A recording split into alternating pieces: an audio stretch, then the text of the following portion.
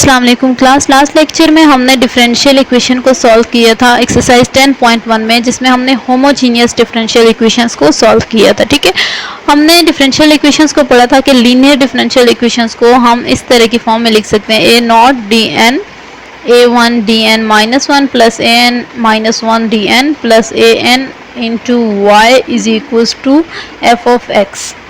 ठीक है, इस तरह से हमने कहा था कि हम इसको लिख सकते होते हैं लीनियर डिफरेंशियल इक्वेशंस को। और फिर हमने कहा था कि लीनियर इक्वेशंस में अगर यहाँ पे ज़ीरो हो जाए तो हम कहते हैं कि ये होमोजीनियस लीनियर डिफरेंशियल इक्वेशन है। ठीक है, होमोजीनियस लीनियर डिफरेंशियल इक्वेशन को हमने सॉल्व करने के लिए क्या किया था, हमने यहाँ पे जो ये इक्वेशन थी उसको हमने कैरेक्टरिस्टिक इक्वेशन कहा था, इसको हम इक्वल्स टू जीरो पुट करते थे, हम रूट्स फाइंड कर देते और फिर हमने रूट्स फाइंड करके आगे एक दो मेथड पढ़े थे कि अगर रूट्स रियल हो, इमेजिनरी हो, रिपीटेड हो तो हम कैसे सोल्यूशन फाइंड करेंगे। ठीक है, ये तो हमने किया था कि अगर यहाँ पे कैपिटल एफ ऑफ एक्स क्या हो जाए, जीरो हो जाए। आज हम पढ़ेंगे अगर हमारे पास ये कैपिटल एफ ऑफ एक्स जो है ये कोई फंक्शन ऑफ एक्स हो, यानी non zero function of x हो, तो हम डिफरेंशियल इक्वेशंस को कहते हैं कि ये linear non homogeneous differential equations है। ठीक है, नॉन होमोजीनियस डिफरेंशियल इक्वेशंस है। इस पूरी की पूरी फंक्शन को, ये जो पॉलिनोमियल है, इसको अगर हम स्मॉल एफ ऑफ डी कह दें तो ये हमारे पास इक्वेशन बन जाएगी F of D into Y is equal to capital F of X, यानी हम इसको इस तरह से लिख सकते हैं F of D into Y is equal to capital F of X. ठीक है, तो ये हमारी डिफरेंशियल इक्वेशन बन गई है non homogeneous linear differential equation. हमने सोल्यूशन भी पढ़े थे कि हमारे पास इसके दो टाइप के सॉल्यूशंस होते हैं। एक तो हमारे पास वो सोल्यूशन होता है जो रिलेटेड टू होमोजीनियस फंक्शन होता है, जिसको हम कहते हैं कि कम्प्लीमेंट्री फंक्शन है या कम्प्लीमेंट्री सोल्यूशन है। ठीक है, this is related to homogeneous differential equation. दूसरा हमारे पास होता है पर्टिकुलर इंटीग्रल या पर्टिकुलर सोल्यूशन, जो नॉन होमोजीनियस से रिलेटेड होते हैं, यानी जब हम नॉन होमोजीनियस डिफरेंशियल इक्वेशन को सॉल्व करेंगे तो हमारे पास पर्टिकुलर इंटीग्रल या पर्टिकुलर सोल्यूशन आएगा।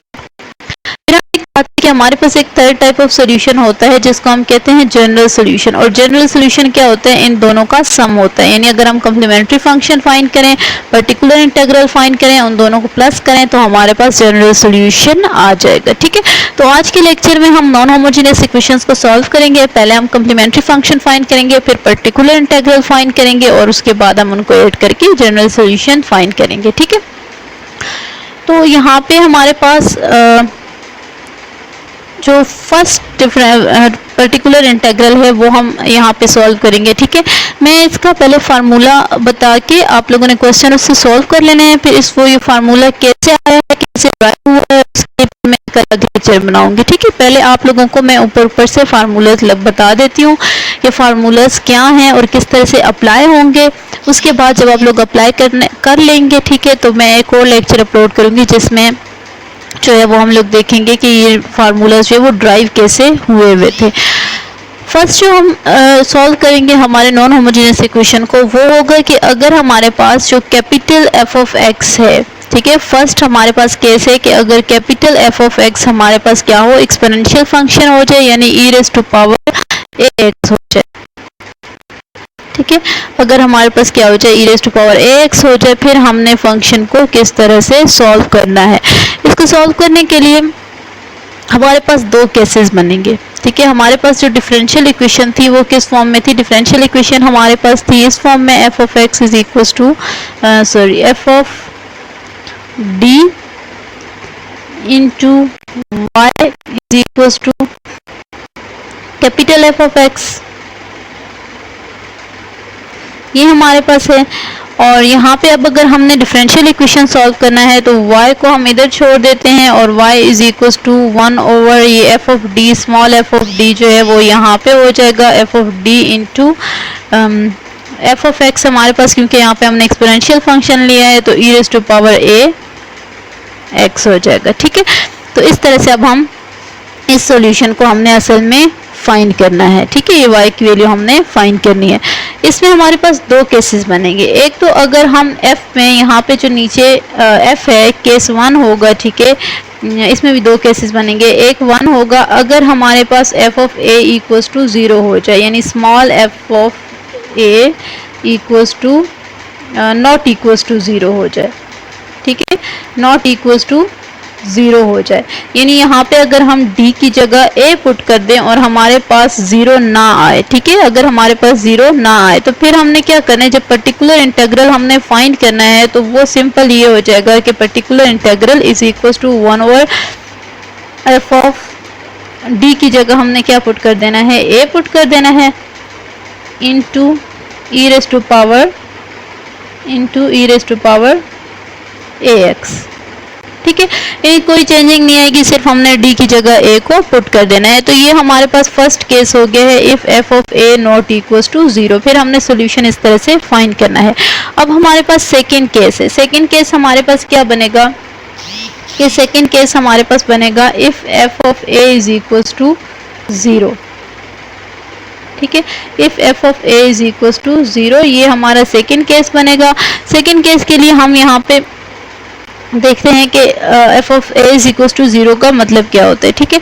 यहाँ पे ये देखें सेकंड केस हमें गिवन है कि if f of a is equal to 0, अगर f of a is equal to 0 है, इसका मतलब है कि a is the root of f of d is equal to 0। यानी पुट करने से अगर 0 आए तो हम कहते हैं कि ये क्या है, इस इक्वेशन का रूट है, ठीक है। और इस इक्वेशन का अगर रूट है तो इसका मतलब है कि d माइनस a जो है वो क्या होगा, इसका फैक्टर होगा। f ऑफ d जो पोलिनोमियल है उसका फैक्टर होगा। हमने कहा था जिस तरह हम लिखते होते हैं किसी भी पोलिनोमियल को एक्स स्क्वायर माइनस 4 अगर मैं लिख दूं इज इक्वल टू 0, तो हमें पता है कि इस पोलिनोमियल का 2 रूट है। यानी 2 अगर हम जो है वो इसमें पुट कर दें तो आंसर क्या आ जाएगा, 0 आ जाएगा। इसका मतलब है कि मैं 2 जो है वो अगर रूट है तो इसका x माइनस 2 क्या होना चाहिए, फैक्टर होना चाहिए। x माइनस 2 और x minus x plus 2 is equal to 0, ठीक है। यानी इस तरह से हम इसको लिख सकते हैं। ये अगर इसको मैं कह दूं कि ये x माइनस 2 है और ये जो नेक्स्ट वाला है इसको मैं कोई भी फंक्शन कह देती हूँ phi of x। x plus 2 को मैंने क्या कह दिया, फाई ऑफ x कह दिया, यानी एक और फंक्शन से मैंने इसको रिप्रेजेंट कर दिया, ठीक है। तो जब भी हमारे पास कोई रूट होगा तो इसका मतलब यही होता है कि हम उसको इस फॉर्म में क्या कर सकते हैं, लिख सकते हैं पोलिनोमियल को, ठीक है। इस फॉर्म में हम लिख सकते होते हैं। और इसको हम जनरली अगर लिखें यहाँ पे तो क्योंकि रूट 1 था ना, एक बार था, ठीक है, 1 टाइम रिपीट हो रहा था। अगर ये रूट जो है वो 2 टाइम रिपीट हो रहा है, रिपीटेड रूट हो, अगर 2 टाइम रिपीट हो रहा होता तो यहाँ पे जो पावर है वो 2 आ जाती, ठीक है। अगर 3 टाइम रिपीट हो रहा होता तो यहाँ पे पावर 3 आ जाती, अगर 4 टाइम रिपीट हो रहा था तो 4 आ जाती, इस तरह से। तो यहाँ पे अगर k टाइम रिपीट हो रहा है तो f of d is equal to क्या होगा, d minus a raise to power k into some phi of d, ठीक है। अगर रूट क्या हो रहा है, k टाइम रिपीट हो रहा है तो ये k into phi of d हो जाएगा, ठीक है। उसके बाद हमारे पास यानी k जो है वो हमें मिल जाएगा और फिर जो सोल्यूशन हमने फाइंड करना है वो ये हो जाएगा, ठीक है। ये वाला सोल्यूशन हो जाएगा 1 over phi of d into d minus a raised to power k e raised to power x is equals to x raised to power k e raised to power ax divided by k factorial phi of a। ये इसका solution होगा। इसको मैं इस तरह से लिख सकती हूँ कि जो केस 2 है, केस 1 हमने यहाँ पे लिख लिया था, ठीक है। और अगर मैं केस 2 को यहाँ पे लिखूँ तो केस 2 को मैं कैसे लिखूँगी, y p is equals to y particular integral is equals to, हमारे पास क्या हो जाएगा, x raise to power k divided by k factorial. और यानी अगर एक रूट जो है वो k टाइम रिपीट हो रहा है, ठीक है, k फैक्टोरियल इंटू यहाँ पे into phi of a x raise to k into phi of a और into e raise to power ax, इसी तरह से आ जाएगा, ठीक है। तो ये देखिए x raise to power k divide by k factorial phi of a into e raise to power ax, ये सोल्यूशन हो जाएगा। अब ये दो केसेस आप लोगों ने याद रखने हैं, ठीक है, कि अगर नॉट इक्वल टू 0 हो तो डायरेक्ट पुट कर देना है, अगर इक्वल टू 0 है तो फिर ये वाला मेथड अप्लाई होगा, ठीक है। जब एग्जाम्पल करेंगे तो आपको समझ आ जाएगी। यहाँ पे देखें ये एग्जाम्पल हमें एक शो हुई है। एग्जाम्पल है कि d cube plus 1 into Y is equal to 1 plus e raise to power minus x e raise to power 2x। ठीक है, ये हमारे पास है। हमने इसकी कैरेक्टरिस्टिक इक्वेशन, अब हमने क्योंकि पहले कंप्लीमेंट्री फंक्शन फाइंड करना होगा तो पहले हम इसकी जो कैरेक्टरिस्टिक इक्वेशन है वो फाइंड करेंगे। वो हमारे पास होती है, यहाँ जो इक्वेशन है उसको हम इक्वल्स टू 0 पुट कर देते होते हैं। ठीक है, तो कैरेक्टरिस्टिक इक्वेशन आ जाती है d cube plus 1 is equals to 0। ये कैरेक्टरिस्टिक इक्वेशन आ गई है। रूट्स आप लोगों को फाइंड करने आते हैं, आप लोग रूट्स फाइंड करेंगे। एक रूट हमें नजर आ रहा है कि -1 है। ठीक है, -1 पुट करेंगे तो 0 आ जाएगा, तो एक रूट -1 है। बाकी दो रूट्स आप सिंथेटिक डिवीजन से भी फाइंड कर सकते हैं और कैलकुलेटर से भी फाइंड कर सकते हैं, तो रूट्स आपने फाइंड कर लेने हैं। ठीक है, इसका हमारे पास एक जो है वो देखें रियल रूट आ गया है और एक हमारे पास क्या आ गया है, कम्प्लेक्स रूट आ गया है। सॉरी, दो कम्प्लेक्स रूट आ गए हैं। ठीक है, रियल रूट के लिए हमने क्या पढ़ा था कि अगर रियल रूट है तो सोल्यूशन हमारे पास क्या हो जाएगा, जैसे यहाँ पे -1 है तो c1 E raise to power -1x हो जाएगा। और अगर कम्प्लेक्स रूट हो तो फिर हमने पढ़ा था कि हमारे पास जो सोल्यूशन होगा वो होगा e raise to power real part हमारे पास क्या है 1/2 है। ये 2 को दोनों पे अलग अलग डिवाइड करेंगे। ठीक है, इस पे भी और इस इमेजिनरी पार्ट पे भी। तो यहाँ पे en2 real of x exponential of real of x into c1, और उसके बाद हमारे पास अंदर जो है वो होता था c1 इंटू, ये आगे यहाँ पे लिखा हुआ है। ठीक है, c1 इंटू c1 क्योंकि यहाँ पे हमने कह दिया है तो ये c2 into sine of imaginary part into x plus c3 cause of imaginary part into x. ठीक है, तो ये हमने सोल्यूशन फाइंड कर लिए। कौन सा हमने सोल्यूशन फाइंड किया, कंप्लीमेंट्री फंक्शन फाइंड कर लिया है। ठीक है, कंप्लीमेंट्री फंक्शन हमारे पास आ गया है, ये कंप्लीमेंट्री फंक्शन है। अब हमने पर्टिकुलर इंटीग्रल फाइंड करना है। ठीक है, तो पर्टिकुलर इंटीग्रल के लिए हमारे पास क्या होता है, yp is equal to yp हमने पढ़ा था कि yp is equal to 1 over f of d into capital f of x। यहाँ पे हमारे पास जो है f ऑफ d जो है वो हमारे पास ये है d क्यूब -1 और कैपिटल f ऑफ x जो है वो हमारे पास ये फंक्शन है। ठीक है, 1 plus e rays power -x plus e rays power 2x, ये दोनों वैल्यूज हम पुट करेंगे तो हमारे पास ये इक्वेशन बन जाएगी।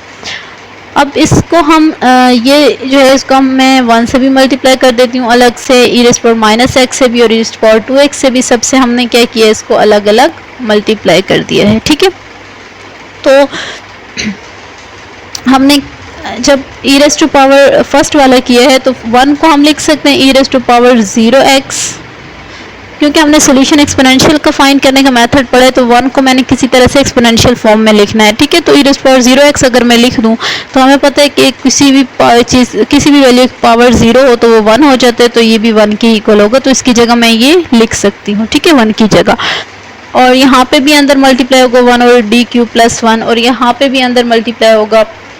अब फर्स्ट हमारे पास जो है वो अगर हम देखें तो 0 पुट करने से नीचे वाला फंक्शन 0 नहीं होता। ठीक है, तो हमने जो फर्स्ट मेथड पढ़ा था, फर्स्ट केस पढ़ा था कि अगर 0 नहीं होता हो तो हमने डायरेक्ट ये जो x के साथ पीछे जो वैल्यू है जिसको हमने a कहा था, यहाँ पे 0 है। ठीक है, ये हमने क्या करना है, इस फंक्शन में पुट कर देना है।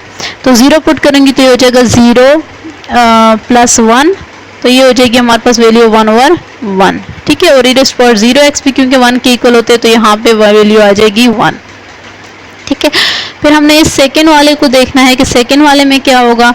सेकेंड वाले में अगर हम देखें तो हमें पता है कि 2 यहाँ पे अगर हम पुट करें तो 0 नहीं होता, ये 2 क्यूब हमारे पास हो जाएगा 8 और 8 प्लस 1 हो जाएगा, ये 9 हो जाएगा। ठीक है, तो 0 नहीं होता, और हमने फिर से पढ़ा था कि अगर 0 नहीं होता तो हमने क्या करना होता है कि ये जो a की वैल्यू होती है ये हम इस इक्वेशन में पुट कर देते हैं। जब पुट करेंगे तो 1/9 आ जाएगा और ई रेज़ टू पावर 2x इसी तरह से लिख देंगे। ठीक है, अब हम इस थर्ड वाली को देखेंगे कि थर्ड वाली में हमारे पास क्या होता है। थर्ड में अगर हम देखें जब हम -1 पुट करेंगे डी क्यूब प्लस 1 में तो वो हमें पता है कि 0 होगा क्योंकि -1 इसका रूट है, और अगर -1 इसका रूट है तो हमने क्या करना है कि पहले हमने इसको फैक्टर की फॉर्म में लिखना है।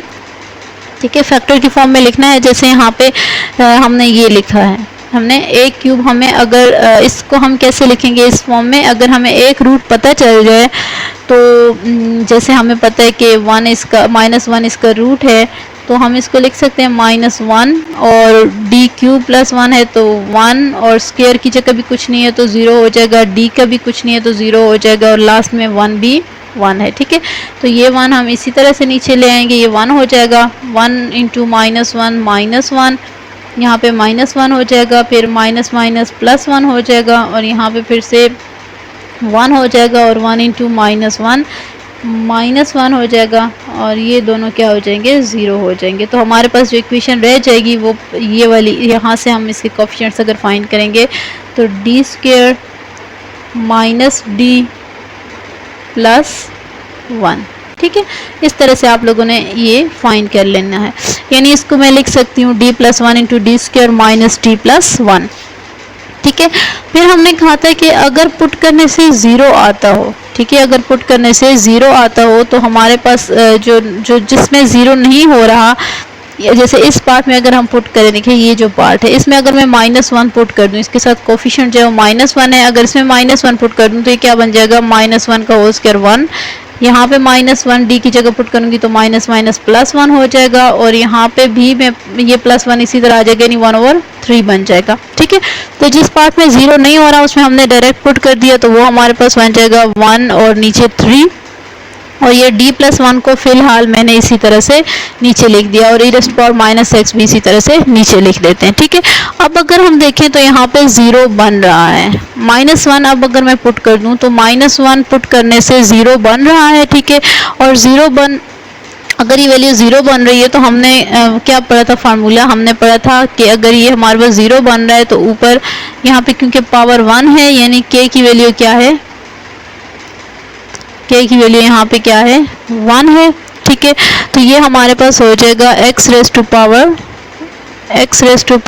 1 डिवाइडेड बाय 1 फैक्टोरियल। ठीक है, x to power 1 divided by 1 factorial into e raise to power, sorry ये 3 इसी तरह आ जाएगा साथ में जो नीचे है, और e raise to power -x।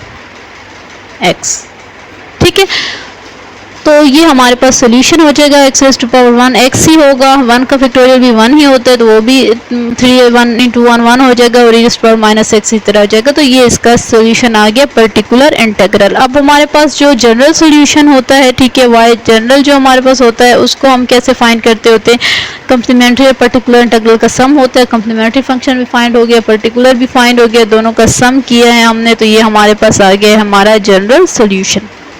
ठीक है, तो जितने भी ऐसे क्वेश्चंस हैं उसमें आप लोगों ने यही करना है कि आप लोगों ने जो है वो पर्टिकुलर इंटीग्रल और कम्प्लीमेंट्री फंक्शन इसी मेथड से फाइंड कर लेना है। ठीक है, अब इससे रिलेटेड आप लोगों ने क्वेश्चंस कर लेने हैं सारे जो एक्सपोनेंशियल वाले हैं, और उसके बाद अब नेक्स्ट केस जो है वो है कि sin ax और cos ax अगर आ जाए तो उसको हम कैसे सॉल्व करेंगे।